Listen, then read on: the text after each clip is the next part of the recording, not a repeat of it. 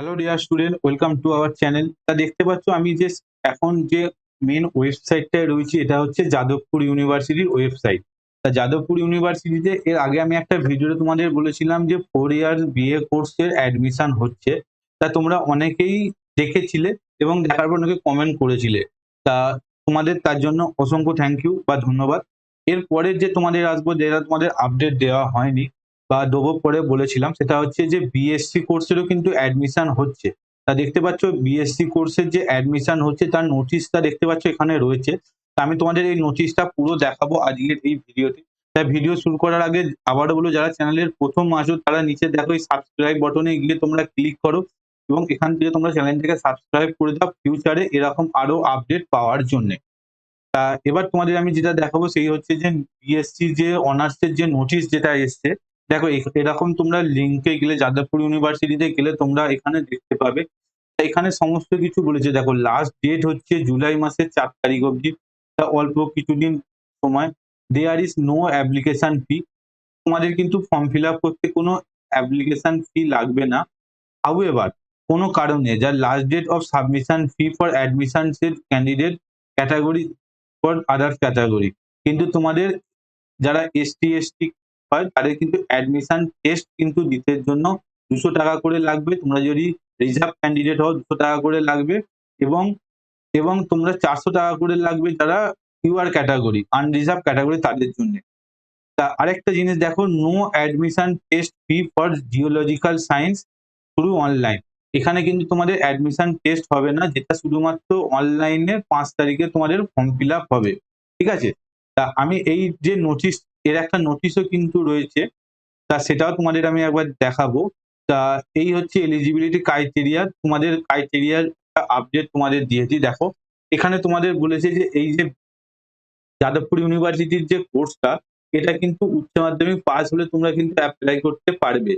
এবং বলেছে in academic session 2025-26 all the student will be admit 4 year under graduate course. 4 বছরের কিন্তু under graduate কোর্সে তোমাদের ভর্তি হতে হবে হলে under faculty of science. Faculty of সায়েন্সের আন্ডারে পড়বে। এবং তোমাদের হচ্ছে national curriculum and credit framework, এটা একটা নোটিশ আছে, সেটা অনুযায়ী রয়েছে।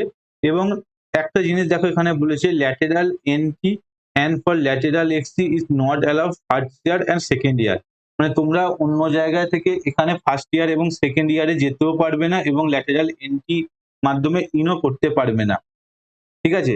এছাড়া কেউ change of discipline from minor to major is not allowed. মানে তোমরা এক কোর্স থেকে অন্য কোর্সে শিফটিং তোমরা করতে পারবে না, যেটা অ্যালাউড নেই। ঠিক আছে। এই বলেছিল তোমার হচ্ছে এলিজিবিলিটি ক্রাইটেরিয়ার মধ্যে পড়ছে। এরপর তোমাদের আমি দেখাবো। দেখো এখানে বলেছে if any board does not provide any marks only grade to the candidate in class 10 board examination, then the candidate of that particular board have no convert their grade into marks as per the rules of that concerned board and should enter that marks into online application form।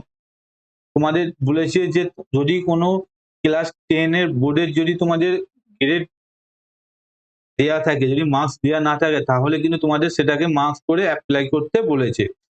তোমাদের এবার যে main টপিকে আসবো, তোমরা যেটা অনেকে doubt থাকো, আমি আমার এক্সপিরিয়েন্স থেকে বলছি, অনেকে জিজ্ঞাসা করো এর শিক্ষাগত যোগ্যতা কি থাকলে তোমরা এই কোর্সগুলো অ্যাপ্লাই করতে পারবে। দেখো ফিজিক্স, কেমিস্ট্রি এবং জিওলজিক্যাল সায়েন্সে তোমাদের উচ্চ মাধ্যমিক পাস হতে হবে এবং বলেছে যে কেমিস্ট্রি, ম্যাথামেটিক্স এবং ফিজিক্স নিয়ে পাস করতে হবে। এছাড়া হ্যাভিং সিকিউর 75% মার্কস তোমাদের কিন্তু লাগবে।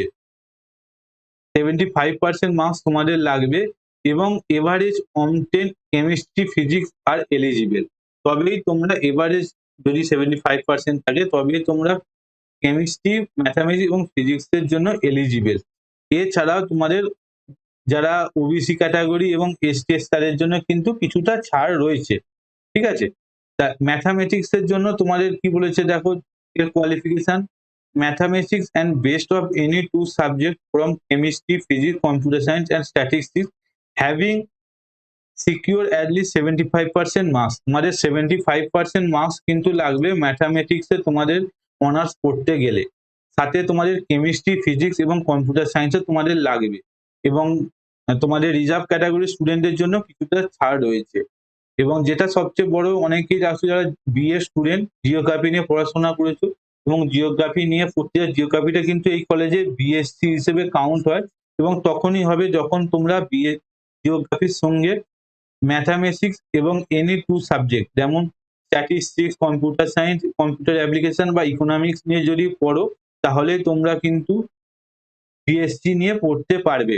এবং মাথায় রাখবে তোমাদের 75% কিন্তু এরও মার্কস লাগবে অ্যাপ্লাই করতে গেলে এবং কাস্ট ওয়াইজ স্টুডেন্টদের কিন্তু আলাদা আলাদা ছাড় রয়েছে। ঠিক আছে? তা এরপর তোমাদের পরের পেজে আমি যাব, যেটা হচ্ছে যে স্পোর্টস ক্যাটেগরির স্টুডেন্ট হলে তাদেরও কিন্তু কিছু বেনিফিট দেওয়া হচ্ছে। তা এখানে বলেছে স্পোর্টস ক্যাটেগরির স্টুডেন্টদের জন্য রিপ্রেজেন্ট স্টেট ন্যাশনাল চ্যাম্পিয়নশিপ। তোমরা যদি স্পোর্টস ক্যাটাগরির স্টুডেন্ট থাকো তাহলে যদি কোনো ডাউট থাকে আমাকে কমেন্ট করো, আমি তোমাদের সলিউশন দিয়ে দেবো। কারণ আমি এই টপিকের উপর কভার করতে গিয়ে ভিডিওটাকে আমি জাস্ট বড় করতে চাইছি না, সেই জন্য তোমাদের আমি জানিয়ে দিলাম। এর পরের পেজে কি আছে দেখো, এখানে আর তেমন কিছু নেই। এরপর আমি তোমাদের যেটা দেখাবো সেটা হচ্ছে যে সিলেকশন প্রসিডিওর, তোমাদের টেস্ট দিতে হবে, সেটা আমি বলেই দিয়েছি। ফিজিক্সের জন্য তোমাদের দেখো টেস্ট দিতে হবে, ফিজিক্সের জন্য টেস্ট দিতে হবে, কেমিস্ট্রির জন্য এই সমস্ত টেস্ট দিতে হবে। এই যে কোশ্চেন গুলো হবে কিন্তু ওএমআর এমসিকিউ কোশ্চেন এবং 50% of marks obtain in average chemistry, mathematics, physics in 10+ board examination এবং 50% weight performance in written test. মানে তোমাদের যদি 100-র উপর মেরিট লিস্ট পাবলিশ হয়, তোমাদের 50% যে হবে সেটা হচ্ছে তোমাদের যারা মার্কস পেয়েছো 10+2 বা উচ্চ মাধ্যমিকের যে মার্কস পেয়েছো, এবং তোমাদের 50 হবে হচ্ছে যারা রিটেনে, যেমন যে অ্যাডমিশন যে টেস্ট হবে তার উপর ডিপেন্ড করে কিন্তু এই যে এর উপর কিন্তু স্কোর হলে মেরিট লিস্ট কিন্তু পাবলিশ হবে। ওকে, এটা মাথায় রেখে দেবে। সমস্ত ক্ষেত্রে ঠিক একই রুলস, সমস্ত সাবজেক্টের ক্ষেত্রেই একই রুলস কার্যকর। ঠিক আছে? তা এবং তোমরা যদি কিছু ডাউট থাকে একবার তোমরাও জাস্ট এই নোটিশটা ডাউনলোড করে একবার দেখে নেবে। ওকে, তা তোমরা কোথা থেকে অ্যাপ্লাই করবে, এখানে লগ ইনে গিয়ে অ্যাপ্লাই করলে তোমরা কিন্তু অ্যাপ্লাই করতে পারবে এবং এখানে তোমরা অনলাইন রেজিস্ট্রেশন তোমাদের কিন্তু এখান থেকেই করতে হবে। দেখো, এই তোমাদের খুলে গেল তোমাদের অ্যাপ্লাই করার ওয়েবসাইট, তোমরা এখানে গিয়ে প্রথমত রেজিস্ট্রেশন করবে। এখানে বলেই দিয়েছে দেখো কোর্সটাতে, এখানে কোর্সটাতে বলেই দিয়েছে যে যে 4 ইয়ার্স এর তোমার অ্যাডমিশন হচ্ছে তাই এখানে তোমাদের সমস্ত ডিটেলস তোমরা ফিল আপ করবে। ঠিক আছে? ফিল আপ করার পর তোমরা এখানে সাবমিট বাটনে গেলে তোমাদের কিন্তু সাবমিট হয়ে যাবে। এইটা হলো তোমাদের ফার্স্ট স্টেপ। এরপর তোমাদের যাবতীয় ডকুমেন্ট গুলো আপলোড করতে হবে এবং ছবি দিয়ে আপলোড করতে হবে আশা করা যায়। তো আমি আর ভিডিওটাকে বড় করছি না। তা তোমরা ভিডিওটাকে একবার জাস্ট ওয়েবসাইটে গিয়ে এই সমস্ত ডিটেলস গুলো একবার চেক করে নিও। তো এবং একটা জিনিস মাথায় রাখবে, তোমাদের রেজিস্ট্রেশন হয়ে যাওয়ার পর তোমরা লগ ইন করতে চাইলে এই লগ ইন আইডিতে গিয়ে তোমাদের কিন্তু লগ ইন করতে হবে, যে তোমাদের ইউজার নেম এবং পাসওয়ার্ড যেটা জেনারেট হবে এখানে গিয়ে তোমাদের লগ ইন করতে হবে। তো আজকের মতো এই পর্যন্তই, আবার দেখা হচ্ছে অন্য একটা ভিডিওতে। আপাতত বাই বাই।